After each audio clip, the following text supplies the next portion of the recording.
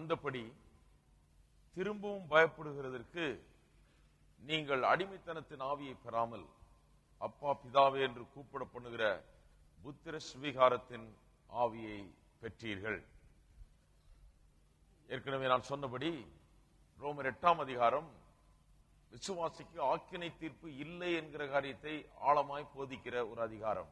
விசுவாசிக்கு ஆக்கினை தீர்ப்போ தண்டனையோ நரகமோ கிடையாது என்பதை திட்டவட்டமாய் போதிக்கிற ஒரு அதிகாரம் 8ஆம் அதிகாரம். இது ரொம்ப அவசியம். விசுவாசிகளுக்கு தங்களுக்கு ஆக்கினை தீர்ப்பு இல்லை என்பதை அநேகர் அறியாமல் இருக்கிறார்கள். அதிலே சந்தேகம் உண்டோ இல்லையோ, என்ன வரப்போகிறதோ என்று அந்த நிலையில் அவர்கள் எண்ணிக்கொண்டிருக்கிறார்கள். ஆனால் ஆக்கினை தீர்ப்பு இல்லை என்று அப்போஸ்தலனாகிய பவுல் திட்டவட்டமாய் போதிக்கிறார். எதன் அடிப்படையில் அப்படி சொல்லுகிறார், எந்தெந்த ஆதாரங்களை கொடுக்கிறார் என்பது ரோமர் 8ஆம் அதிகாரத்திலே அதை தெளிவாக எல்லா ஆதாரங்களையும் எடுத்து வைக்கிறார். எடுத்து வைத்துக் கொண்டே 14ஆம் வசனம் வந்தவுடன் நாம் தேவனுடைய புத்திரராய் இருக்கிறோம் என்கிற ஒரு பெரிய ஆதாரத்தை எடுத்து வைக்கிறார். We are sons of God, there is therefore no condemnation. குமாரர்களாய் புத்திரராய் இருக்கிறபடினாலே நமக்கு ஆக்கினை தீர்ப்பு இல்லை. பிள்ளைகளை கொண்டு போய் ஆண்டவர் நரகத்தில் போறதில்லை. புத்திரராய் இருக்கிறபடினாலே நமக்கு ஆக்கினை தீர்ப்பு இல்லை என்பதை இந்த புத்திரத்துவத்தின் உபதேசத்தை கொடுத்து அதன் மூலமாய் கொடுக்கிறார். 14 முதல் 17 வசனங்கள் இந்த சன்ஷிப் புத்திரத்துவத்தை குறித்து போதிக்கிற வசனங்களாய் இருக்கிறது. இந்த தேவனுடைய புத்திரராய் இருக்கிறபடினால் ஆக்கினை தீர்ப்பு இல்லை என்று சொல்லிவிட்டால் உடனடியாக என்ன கேள்வி எழும்புகிறது, யார் தேவனுடைய புத்திரர்? நாம் தேவனுடைய புத்திரரா? எப்படி அதை நிச்சயமாய் தெரிந்து கொள்ளலாம்? யார் தேவனுடைய புத்திரர், யாரெல்லாம் தேவனுடைய புத்திரர் என்கிற கேள்வி எழும்புகிறது. அதற்கு முதலாவது ஆதாரம் கொடுக்கிறார், யாரெல்லாம் தேவனுடைய புத்திரர் என்று. 14ஆம் வசனத்திலே எவர்கள் தேவனுடைய ஆவியினாலே நடத்தப்படுகிறார்களோ அவர்கள் தேவனுடைய புத்திரர் எனப்படுவார்கள். திட்டவட்டமாய் சொல்றார். ஆவியினால் நடத்தப்படுறீங்களா, அப்ப நீங்க தேவனுடைய புத்திரர். தேவனுடைய புத்திரரா, அப்ப உங்களுக்கு ஆக்கினை தீர்ப்பு கிடையாது. ஆவியினால் நடத்தப்படுகிறவர்கள்லாம் தேவனுடைய புத்திரர். தேவனுடைய புத்திரரா இப்படி இருக்கிறவங்களுக்கெல்லாம் ஆக்கினை தீர்ப்பு கிடையாது என்று சொல்லுகிறார். ஆவியினால் நடத்தப்படுவது என்றால் என்ன என்பதை தெளிவாக நாம் பல வாரங்கள் பார்த்தோம். 2வது ஆதாரம் 15ஆம் வசனத்திலே அவர் எடுத்து வைக்கிறார். நாம் தேவனுடைய புத்திரர் என்பதற்கு 2வது ஆதாரம் அது என்ன சொல்லுகிறார், திரும்பவும் பயப்படுகிறதுக்கு நீங்கள் அடிமைத்தனத்தின் ஆவியை பெறாமல். அது 2வது ஆதாரம். எப்படி அது 2வது ஆதாரம் சொல்றோம்? அதனுடைய அர்த்தம் என்ன? திரும்பவும் பயப்படுகிறதற்கு நீங்கள் அடிமைத்தனத்தின் ஆவியை பெறாமல் என்று சொல்லுகிறார். இதனுடைய அர்த்தம் என்ன? அடிமைத்தனத்தின் ஆவி என்றால் நாம் சாதாரணமா என்ன நினைச்சுக்கிறோம், ஏதோ பொல்லாத ஆவி போல இருக்கு, நமக்குள்ள கிரியை செய்யுது அப்படின்னு நினைக்கிறோம். கிடையாது. பயப்படுற ஆவி அது பிசாசனத்திலிருந்து வர்றது, அதெல்லாம் வேற வசனங்கள்ல இருக்கிறது அதிகமாக. இந்த வசனம் நீங்கள் திரும்பவும் பயப்படுகிறதற்கு அடிமைத்தனத்தின் ஆவியை பெறாமல் என்று சொல்லுகிறது. மனுஷன் ரட்சிக்கப்படுகிற வேளையிலே ஆவியானவர் அவனுடைய உள்ளத்திலே கிரியை செய்து அவனுடைய பாவத்தை குறித்து உணர்த்தி அவனுக்கு கிடைக்க போகிற நரகத்தை குறித்தும் தண்டனையை குறித்தும் ஆக்கினை தீர்ப்பை குறித்தும் ஒரு பயத்தையும் நடுக்கத்தையும் அவனுக்குள்ள ஏற்படுத்தி அதை குறித்த ஒரு அறிவு, அதை குறித்த ஒரு நடுக்கம், பயம் அவைகளை உண்டாக்குகிறது ஆவியானவருடைய கிரியை. அந்த ஆவியை ஒரு முறை பெற்றோம், திரும்பவும் அதே ஆவியை பெறதில்லை. ரட்சிக்கப்பட்டவர்கள் அந்த ஆவியிலேயே இருக்கிறது இல்ல. அந்த பயப்பட்டுக்கிட்டே எனக்கு நரகமோ மோட்சமான்னு தெரியலையே, எனக்கு ஆக்கினை தீர்ப்பு வந்துருமோ அப்படிங்கிற அந்த நிலையில் இருக்கிறது இல்ல. ஆகியால் தான் சொல்லுகிறார், நீங்கள் திரும்பவும் பயப்படுகிறதற்கு. அப்ப ஒரு முறை பயந்தீங்க, இப்ப பயப்படுறது இல்ல. அன்றைக்கு பயந்ததுனாலதான் ரட்சிக்கப்பட்டீர்கள். அன்றைக்கு ஆவியானவர் உணர்த்தினதுனாலதான் நரகத்தை குறித்த ஒரு அறிவு வந்தது, தேவனுடைய கோபாக்கினை குறித்த ஒரு வெளிச்சம் வந்தது, பாவிகள் என்பதை குறித்த ஒரு அறிவு வந்தது. அதிலிருந்து நாம் ரட்சிக்கப்பட வேண்டும், தேவனிடத்தில் செல்ல வேண்டும் என்கிற ஒரு அறிவு அன்றைக்கு தேவனுடைய ஆவியானவருடைய செயல் மூலமா தான் வந்தது. அப்ப இந்த பயப்படுகிறதுக்கு அடிமைத்தனத்தின் ஆவி என்று சொல்லுகிறது ஆவியானவருடைய செயல். ஒரு மனுஷன் ரட்சிக்கப்படும் போது இப்படி ஆவியானவர் உள்ள கிரியை செய்கிறார், மறுபடியும் அதே விதத்தில் அவர் கிரியை செய்யறது இல்லை, மனுஷனை பயப்படுத்துறது இல்ல. அதன் பிறகு அப்பா பிதாவே என்று கூப்பிடுகிற ஆவியை நமக்கு தருகிறார். அப்ப யாரெல்லாம் தேவனுடைய ஆவியினால் நடத்தப்படுகிறார்களோ அவர்கள் புத்திரர், தேவனுடைய புத்திரர். 2வது, யாரெல்லாம் இப்படி ரட்சிப்பு நேரத்திலே இந்த பயப்படுவதற்கு அடிமைத்தனத்தின் ஆவியை பெற்று அதன் மூலமாய் கர்த்தரிடத்தில் ரட்சிக்கப்பட்டு இருக்கிறார்களோ அவரெல்லாம் அந்த ஆவியிலிருந்து விடுவிக்கப்பட்டிருக்கிறார்கள். இந்த ஆவியை பெற்று அந்த ஆவியிலிருந்து விடுவிக்கப்பட்டவர்கள் அவர்கள் எல்லாம் தேவனுடைய புத்திரர் என்று சொல்றார். அப்படிப்பட்ட ஒரு கிரியை உங்களுடைய உள்ளத்தில் நடந்து ஒரு காலத்துல இந்த தேவனை குறித்த ஒரு பயம் ஒன்று ஆவியானவரால் உண்டாக்கப்பட்டு அதன் நிமித்தமாக நீங்கள் தேவனிடத்தில் வந்து அதன் பிறகு அதிலிருந்து விடுதலை ஆயிருந்து இப்படி ஒரு மறுபிறப்பின் அனுபவத்தை பெற்றிருந்தால் நீங்கள் தேவனுடைய புத்திரர். அந்த பயப்படுகிற ஆவி பரிசுத்த ஆவியானவர் கிரியை செய்யும் போது பாவத்தை குறித்து, நரகத்தின் அக்கினியை குறித்து, கோபாக்கினியை குறித்து ஒரு பயம் உண்டாகிறது. ஆண்டவரிடத்தில் வருகிறோம், மனம் திரும்புகிறோம், மறுபடியும் பிறக்கிறோம், மறுபிறப்பை அடைகிறோம், உடனே அந்த ஆவியிலிருந்து விடுவிக்கப்படுகிறோம். அதுக்கப்புறம் பயம் கிடையாது, அதுக்கப்புறம் அந்த ஆவி கிடையாது, அதுக்கப்புறம் அப்பாவே பிதாவே கூப்பிட பண்ணுகிற ஆவி. அப்ப இரண்டாவது ஆதாரம் என்ன? அப்படிப்பட்ட ஒரு அனுபவத்தை நாம் பெற்றிருக்கிறோம். இந்த பயப்படுவதற்கு அடிமைத்தனத்தின் ஆவி என்கிறது நமக்கு என்னன்னு தெரியும், அதை அனுபவித்திருக்கிறோம், அதுல இருந்து விடுதலை ஆகி இருக்கிறோம். இதை பெற்றிருந்தால் நீங்கள் தேவனுடைய புத்திரர் என்று சொல்லுகிறார். மூன்றாவது ஆதாரத்தை தான் இன்றைக்கு நாம் கவனிக்க போகிறோம். அது என்ன? இங்கே 15ஆம் வசனத்திலே சொல்லுகிறார், திரும்பவும் பயப்படுவது நீங்கள் அடிமைத்தனத்தின் ஆவியை பெறாமல் இப்ப என்னத்தை பெற்றிருக்கிறீர்கள்? அப்பா பிதாவே என்று கூப்பிட பண்ணுகிற புத்திர சுவிகாரத்தின் ஆவியை பெற்றீர்கள். இதுதான் மூன்றாவது ஆதாரம். இந்த புத்திர சுவிகாரத்தின் ஆவியை பெற்றிருக்கிறீர்களா? இதை பெற்றிருக்கிற ஒவ்வொரு மனுஷனும், அப்பா பிதாவே என்று கூப்பிட பண்ணுகிற புத்திர சுவிகாரத்தின் ஆவியை பெற்றிருக்கிற ஒவ்வொரு மனுஷனும் தேவனுடைய புத்திரனா இருக்கிறான். ஆனால் தான் அப்பா பிதாவே கூப்பிட்டு இருக்கிறான். அவனுக்கு ஆக்கினை தீர்ப்பு இல்லை. இதைத்தான் இப்படி சொல்லுகிறார் அப்போஸ்தலனாகிய பவுல். புத்திரர் என்பதற்கு மூன்றாவது ஆதாரம், நாம் அப்பா பிதாவே என்று கூப்பிட பண்ணுகிற ஆவியை நாம் பெற்றிருக்கிறோம். ஆகையால் நாம் புத்திரர் என்பது நமக்கு விளங்குகிறது. நாம் புத்திரராக இருக்கிறபடினால் ஆக்கினை தீர்ப்பு நமக்கு இல்லை என்பது நமக்கு விளங்குகிறது. இதை கொஞ்சம் இன்னும் ஆழமாக நாம் கவனிக்க வேண்டியது இருக்கிறது. இந்த அப்பா பிதாவே என்று கூப்பிடப்படுகிற ஆவி ஏற்கனவே சொன்ன ரெண்டு ஆதாரங்களை காட்டிலும் மிகவும் ஒரு உறுதியான ஒரு ஆதாரம். முதல்ல சொன்னோம், ஆவியினால் நடத்தப்படுகிறவர்கள் தேவனுடைய புத்திரர் என்று, அது ஒரு ஆதாரம். அதை விட இன்னொரு ஸ்ட்ராங் ஆதாரம் என்ன? இப்ப பயப்படுகிறதுக்கு அடிமைத்தனத்தின் ஆவியை பெற்று பிறகு ரட்சிப்பின் மூலமா அதிலிருந்து விடுதலை பெற்றவர்கள், அந்த அனுபவத்தை உடையவர்கள், அது ஒரு ஆதாரம். அது அதை விட ஸ்ட்ராங்கான ஆதாரம். இப்ப மூன்றாவது, இந்த ரெண்டுத்தை காட்டிலும் இன்னும் ஸ்ட்ராங்கான ஒரு ஆதாரத்தை சொல்லுகிறார், இன்னும் வலிமையான ஒரு ஆதாரத்தை சொல்லுகிறார். அது என்ன? நாம் தேவனுடைய புத்திரர் என்பதற்கு இதுவரை சொன்ன ரெண்டு ஆதாரங்களை காட்டிலும் இன்னும் ஸ்ட்ராங்கான ஒரு ஆதாரம் என்னவாம்? நாம் அப்பா பிதாவே என்று கூப்பிட பண்ணுகிற ஆவியை பெற்றிருக்கிறோமாம். இது ரொம்ப ஸ்ட்ராங்கான ஆதாரம் இப்ப சொன்ன வரைக்கும். இதை கொஞ்சம் நாம் விவரமாய் பார்ப்போம். இங்கே இந்த அப்பா பிதாவே என்று கூப்பிட பண்ணுகிற ஆவியை நாம் பெற்றிருக்கிறோம் என்று சொல்லுகிறாரே, இதை குறித்து பல காரியங்கள் இங்கே வழங்குகிறது. முதலாவது, பரிசுத்த ஆவியானவர் தாமே நாம் தேவனுடைய புத்திரர் என்கிற அறிவையும் அப்பா பிதாவே என்று கூப்பிடக்கூடிய அந்த தன்மையும் நமக்குள்ளாக உண்டாக்குகிறார். நாம் தேவனுடைய புத்திரராய் இருக்கிறோம் என்கிற அறிவை உண்டாக்குகிறார். அது மட்டும் இல்லாமல் கூப்பிடவும் பண்ணுகிறார் அப்பா பிதாவே என்று. It is the Holy Spirit himself who produces this knowledge and the cry abba father. இந்த அறிவை, அதாவது நாம் புத்திரர் என்கிற அறிவை உண்டாக்குறது மட்டும் இல்லாமல் அப்பா பிதாவே என்று கூப்பிடவும் பண்ணுகிறாராம் ஆவியானவர் நமக்குள்ள இருந்து கொண்டு. இந்த ஆவியானவரை குறித்த உபதேசத்துக்குள்ள நுழைய போறோம். பரிசுத்த ஆவியானவரை குறித்த உபதேசத்துக்குள்ள இன்னும் அதிகமாய் போக போக இன்னும் வரும் வசனங்களில் நாம் நுழைய போகிறோம். அதனால இதை பார்ப்போம். எப்படி இது நமக்குள்ள இருந்து கொண்டு நாம் புத்திரர் என்கிற அறிவை கொடுக்கிறார், எப்படி நம்மை கூப்பிட பண்ணுகிறார் அப்பா பிதாவே என்று என்பதை நாம் கவனிப்போம். பாருங்கள், ஆவியானவர் தான் இதை செய்கிறார். அதுதான் இங்க முக்கியம். ஆவியானவர் கூப்பிட பண்ணுகிறார். ஆவியானவர் அந்த அறிவை உண்டாக்குறார். நான் தேவனுடைய பிள்ளை என்கிற அறிவை ஒவ்வொரு விசுவாசிக்குள்ளாகவும் உண்டாக்குகிறார். இதை நிச்சயமாக இங்க இருக்கிற ஒவ்வொரு விசுவாசியும் பெற்று அனுபவிக்கிறவர்களா இருப்பீர்கள் என்று நம்புகிறேன். இங்கே கலாத்தியர் 4:6 இது போலவே இன்னொரு வசனம் இருக்கிறது, அதையும் நாம் வாசித்து விடுவோம். கலாத்தியர் 4:6 சொல்லுகிறார், மேலும் நீங்கள் புத்திரராய் இருக்கிறபடினால், எல்லாரும் சொல்லுங்க புத்திரராய் இருக்கிறபடினால். அதை பற்றி அவர்கிட்ட கொஞ்சம் சந்தேகமே இல்லை. தேவனுடைய பிள்ளையா இல்லையா என்பதை பற்றி பவுல் அப்போஸ்தலன்ட்ட கொஞ்சமும் சந்தேகம் இல்லை. நீங்கள் புத்திரராய் இருக்கிறபடினால் அப்பா பிதாவே என்று கூப்பிடத்தக்கதாக தேவன் தமது குமாரனுடைய ஆவியை உங்கள் இருதயங்களில் அனுப்பினார். அப்பா பிதாவே என்று கூப்பிடத்தக்கதாக தேவன் தமது குமாரனுடைய ஆவியை உங்கள் இருதயங்களில் அனுப்பினார். பாருங்க, அதே தான் அப்போஸ்தலனாகிய பவுல் இங்க போதிக்கிறார்.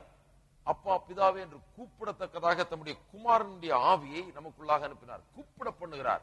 ஆவியானவர் உள்ளே இருந்து கொண்டு நான் தேவனுடைய புத்திரன் என்கிற அறிவை எனக்குள்ளே மேலோங்க வைக்கிறார். கூப்பிடவும் பண்ணுகிறார். அப்பா பிதாவே என்று கூப்பிடவும் பண்ணுகிறார். ரோமர் 8:26 அதை போல இன்னொரு காரியம் நடக்கிறது அங்கே.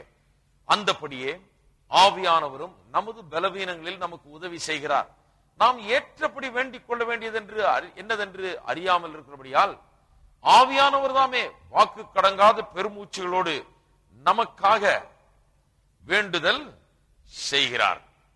பாருங்க, இங்க சொல்லப்பட்டிருக்கிறது ஆவியானவரே வேண்டுதல் செய்கிறார்ன்ற மாதிரி இருக்கு. கிடையாது. ஆவியானவர் வேண்டுதல் செய்ய வேண்டிய அவசியம் இல்லை. ஆவியானவர் வாக்கு கடங்காத பெருமூச்சோடு ஜெபம் பண்ண வேண்டிய அவசியம் இல்லை. ஆவியானவர் அப்படி செய்யும்படியாக நம்மை ஏவுகிறார். அப்படி செய்யும்படியாக நம்மை அவர் அந்த அப்பேற்பட்ட ஒரு ஜெபத்துக்குள்ளாக கொண்டு செல்லுகிறார். எப்பேற்பட்ட ஜெபம்? வாக்கு கடங்காத பெருமூச்சுகளோடு நாம் ஜெபிக்கும்படியாக ஆவியானவர் நமக்குள்ள இருக்கிறார். ஆவியானவர் அப்படி ஜெபிக்கிறது இல்ல, நாம தான் ஜெபிக்கிறோம். அதை செய்ய பண்ணுகிறவர் யார்? ஆவியானவர். திட்டவட்டமாக அது நமக்கு விளங்குகிறது. பரிசுத்த ஆவியானவர் அப்படி ஜெபிக்கும்படியாக நம்மை நடத்துகிறாராம். அப்ப பாருங்க, பயப்படுகிறதுக்கு அடிமைத்தனத்தின் ஆவியை கொண்டு வந்தவரும் அவர் தான். அந்த பயத்தை உள்ள உண்டாக்குனவர் அவர் தான். தெய்வ பயத்தை, ரட்சிக்கப்படுறதுக்கு முன்னால் ஒரு மனுஷனுக்குள்ள தெய்வ பயத்தை உண்டாக்கி, ஒரு நடுக்கத்தை உண்டாக்கி அவனை மனம் திரும்ப செய்கிறதும் தேவன் தான். அதே நேரத்தில் அவன் ரட்சிக்கப்பட்ட பிறகு அப்பேற்பட்ட பயம் நடுக்கத்திலிருந்து அவனை விடுதலை ஆக்கி அப்பா பிதாவே என்று கூப்பிட பண்ணுகிற ஆவியை தருகிறவரும் அவரே. இதுதான் முதலாவது. ஆவியானவர் நமக்கு தேவனுடைய புத்திரன் என்ற அறிவை தருகிறார், கூப்பிடவும் பண்ணுகிறார் அப்பா பிதாவே என்று. இரண்டாவது, இதை குறித்து என்ன சொல்லி இருக்கிறது? இந்த புத்திர சுவிகாரத்தின் ஆவி, புத்திர சுவிகாரத்தின் ஆவியை பெற்றிருக்கிறோம் என்று சொல்லி இருக்கிறது. இந்த புத்திர சுவிகாரத்தின் ஆவி எப்படிப்பட்டது என்பதை பார்க்கணும். இரண்டாவது, அது எப்படிப்பட்டது என்றால், நமக்குள்ளாக நாம் தேவனுடைய குடும்பத்திலே புத்திரராய் ஏற்றுக்கொள்ளப்பட்டிருக்கிறோம், புத்திரராக அங்கம் வகிக்கிறோம் என்கிற ஒரு கான்சியஸ்னஸ். வெறும் ஒரு அறிவு அல்ல, ஒரு கான்சியஸ்னஸ். கான்சியஸ்னஸ் அதோட அறிவை விட ஆழமானது, இன்டெலெக்டை விட ஆழமானது. கான்சியஸ்னஸ் என்று சொன்னால் ஒரு ஆழமான ஒரு அறிவு, ஒரு நோயிங், அதை குறித்த ஒரு ஆழமான அறிவு நமக்குள்ளாக ஆவியானவர் கொடுக்கிறார்.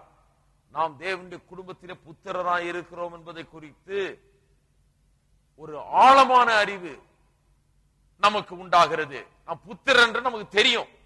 வெறும் புத்தியில தெரிகிறதல்ல, வெறும் ஆர்குமெண்ட்ஸ் மூலமா தெரிந்து கொள்கிறதல்ல, வெறும் சில பாட புத்தகம் மூலமா தெரிந்து கொள்கிறதல்ல, ஏதோ நான் கேட்டேன் சொன்னாங்க அதனால தெரிந்து கொண்டேன் இல்ல.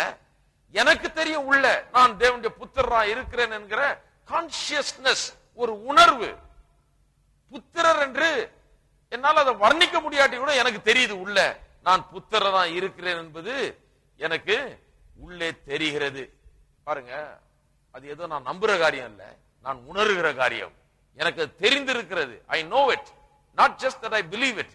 ஏதோ நான் அதை விசுவாசிக்கிறேன், இப்படி இந்த கொள்கையெல்லாம் நான் விசுவாசிக்கிறேன், இதுல ஒரு சத்தியம் என்னன்னா நான் தேவனுடைய புத்திரர், அப்படி அல்ல. அது இருக்கலாம், ஆனால் அதை விட ஆழமாக நான் புத்திரர் என்பதை நான் அறிந்தே இருக்கிறேன். எனக்கே தெரியுது. அது வெறும் புத்தி அளவில் இல்ல, எனக்கு ஆழமான விதத்துல எனக்கு தெரியுது என்று சொல்லுகிற அந்த விதத்திலே ஒரு அறிவு அந்த விசுவாசிக்குள்ளாக இருக்கிறது. ஆழமான அறிவு அல்லது உணர்வு என்று கூட சொல்லலாம். கான்சியஸ்னஸ் ஒரு விசுவாசிக்குள்ளே இருக்கிறது. தேவனுடைய புத்திரன் என்கிற கான்சியஸ்னஸ், அந்த ஆழமான உணர்வு அந்த விசுவாசிக்குள்ளாக இருக்கிறது. பாருங்க, இந்த அடாப்ஷன், புத்திர சுவிகாரம் என்பது ஒரு சட்டப்பூர்வமான ஒரு வார்த்தை. It's a legal word. சட்டப்பூர்வமான வார்த்தை என்று சொன்னால் எதுக்கு அப்படி சொல்லுகிறோம் என்று சொன்னால், புத்திர சுவிகாரம் என்பது சட்டப்பூர்வமாக ஒருவன் அங்கீகரிக்கப்பட்டு அவனுக்கென்று ஒரு ஸ்தானமும் ஒரு இடமும் ஒரு அந்தஸ்தும் கொடுக்கப்படுகிறதே, அதை குறிக்கிற ஒரு வார்த்தை. சாதாரண வார்த்தை அல்ல, சட்ட ரீதியில உபயோகப்படுத்துகிற வார்த்தை, நீதிமன்றங்களில் உபயோகப்படுத்துகிற வார்த்தை. அந்த காலத்திலே ரோம அரசாங்கத்துக்கு கீழே வாழ்ந்தவர்கள், ரோம சாம்ராஜ்யத்திலே வாழ்ந்தவர்கள், அவர்கள் இந்த வார்த்தையை நன்கு அறிந்திருந்தார்கள். அடாப்ஷன், புத்திர சுவிகாரம் என்னன்னு உங்களுக்கு தெரியும். ஏனென்றால் அதை சட்டப்பூர்வமாக செய்தார்கள். அவள் சட்டப்பூர்வமாக கொண்டு போய் ஒருவனை எடுத்து என்னுடைய புத்திரனை ஆக்கி கொள்கிறேன் சொல்லி அதுக்காக பத்திரம் தயாரிச்சு அதுல இவனை புத்திரன் என்று அறிவித்து, அந்த புத்திரன் என்று அறிவித்தது அவனுக்கு தெரியணும். யாருக்கு? புத்திரனா ஆனவனுக்கு. அதுதான் முக்கியம். அந்த சட்ட ரீதியா வர்றதுல புத்திரனா ஏற்றுக்கொள்ளப்பட்டவனுக்கு சட்ட ரீதியா அதை குறித்த பேப்பர் கொடுக்கப்படுகிறது, அதை குறித்த பத்திரம் கொடுக்கப்படுகிறது, நீ புத்திரன். அவன் அப்படி கொடுக்கப்பட்டதுனால அவன் தனக்குள்ள ஸ்தானம் அந்தஸ்து என்ன, நான் எந்த குடும்பத்தை சேர்ந்தவன், யாருடைய புத்திரன் என்கிற ஒரு பெரிய அறிவு அவனுக்குள்ள இருக்குது. அதுக்குரிய பத்திரமும் அவனுக்கு இருக்கிறது. அந்த ரீதியில தான் சொல்லப்பட்டிருக்கிறது, நாம் தேவனுடைய புத்திரர் என்று, நாம் புத்திர சுவிகாரத்தின் ஆவியை பெற்றிருக்கிறோம் என்று. அப்படித்தான் இங்கு சொல்லப்பட்டிருக்கிறது. பாருங்க, திருப்பியும் கலாத்தியர் 6:4 திருப்போம். அங்க ஒரு காரியத்தை நாம் கவனிக்க வேண்டும், ரொம்ப முக்கியமான ஒரு காரியம். அது என்னவெனில், மேலும் நீங்கள் புத்திரராயிருக்கிறபடினால அப்பா பிதாவே என்று கூப்பிடத்தக்கதாக தேவன் தமது குமாரனுடைய ஆவியை, இங்க கொஞ்சம் வேற மாதிரி சொல்லி இருக்குது, அது இன்னும் கொஞ்சம் விளக்கம் நமக்கு தருகிறது. ரோமர் 8:15 சொன்னதை காட்டிலும் இங்க கொஞ்சம் வேற விதமா சொல்லி இருக்குது. அது என்ன? தேவன் தம்முடைய குமாரனுடைய ஆவியை உங்களில் அனுப்பினார்.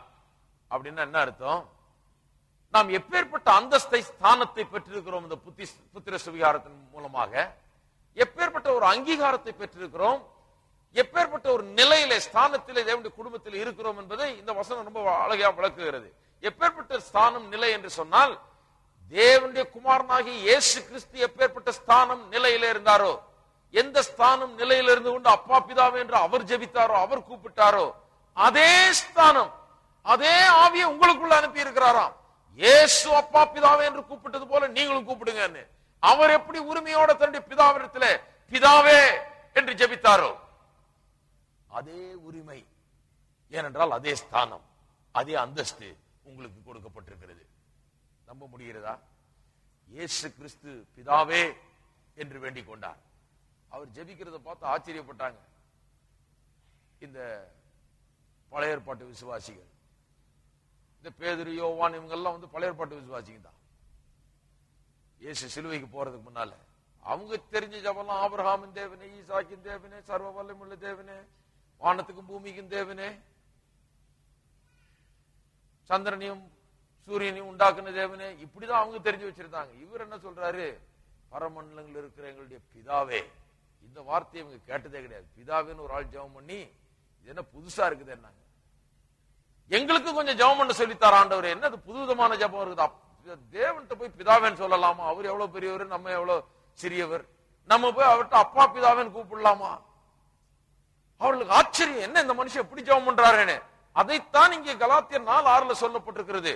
தம்முடைய குமாரனுடைய ஆவியை, அப்பா பிதாவே என்று கூப்பிடத்தக்கதாக தம்முடைய குமாரனுடைய ஆவியை உங்கள் இருதயங்களில் அனுப்பினார். அவர் எப்படி உரிமையோட, அன்றைய காலத்தில் எவனுமே அப்பா பிதாவே என்று கூப்பிட்டதே கிடையாது. அந்த நேரத்தில் இயேசு அப்பா பிதாவே என்று கூப்பிட்டு ஜெபிக்கிறார். அதே ஆவியை, அதே ஒரு உரிமையை, அந்தஸ்தை, ஸ்தானத்தை உங்களுக்கு அவர் கொடுத்திருக்கிறார். அதை கொடுக்கும்படியாக ஆவியானவர் உங்களுக்குள்ள அனுப்பி, அதே அப்பா பிதாவே என்று அவரை போலவே நீங்கள் கூப்பிடும்படியாக செய்திருக்கிறார் என்று இங்கே அவ்வளவு அருமையாக சொல்லி இருக்கிறார். பாருங்க, புத்திர சுவிகாரம் என்றால் குமாரனாகி இயேசு கிறிஸ்துவுக்கு எப்பேற்பட்ட அந்தஸ்து, ஸ்தானம் கொடுக்கப்பட்டு அவர் எவ்வளவு உரிமையோடு அப்பா பிதாவே என்று கூப்பிட முடிந்ததோ, அதே ஸ்தானம், அதே உரிமைகள், அதே ஸ்லாக்கியங்களை நாம் பெற்று அவர் கூப்பிட்டது போலவே நாமும் அப்பா பிதாவே என்று கூப்பிடக்கூடிய ஸ்தானத்தை பெற்றிருக்கிறோம்.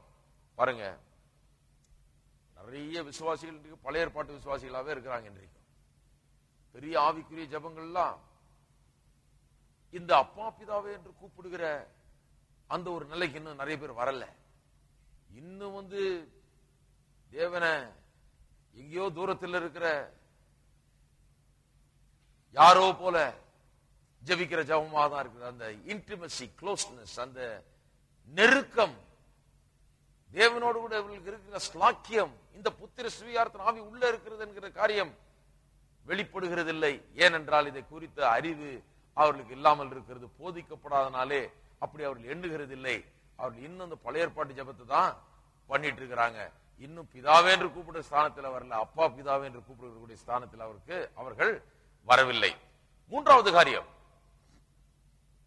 முதலாவது பரிசுத்தாவியானவரே நமக்குள்ளே புத்திரர் என்கிற அறிவை கொடுத்து கூப்பிடவும் பண்ணுகிறார்.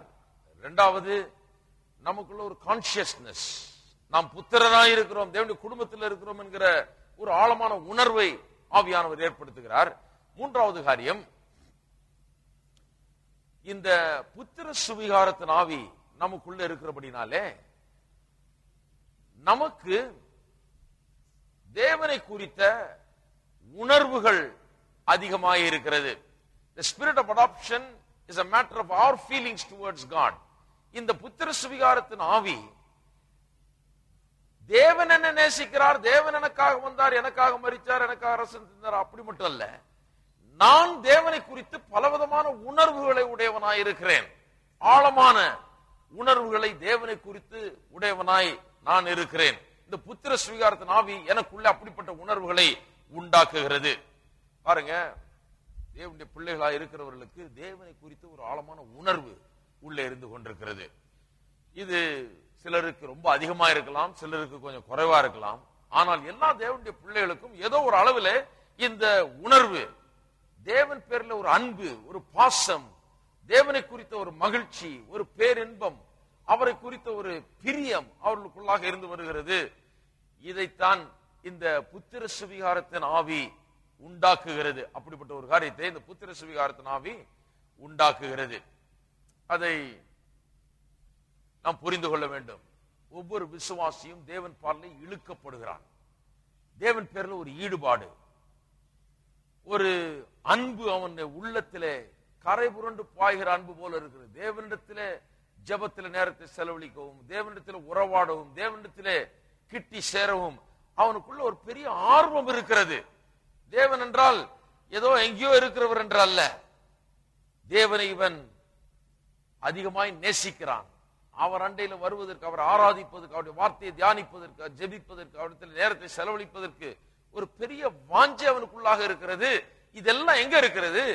வெறும் புத்தியில நான் யாரு, என்ன சிலுவையில் என்ன நடந்தது அப்படின்னு ஒரு பாடம் மாதிரி அறிந்து வைத்திருக்கிறது அல்ல.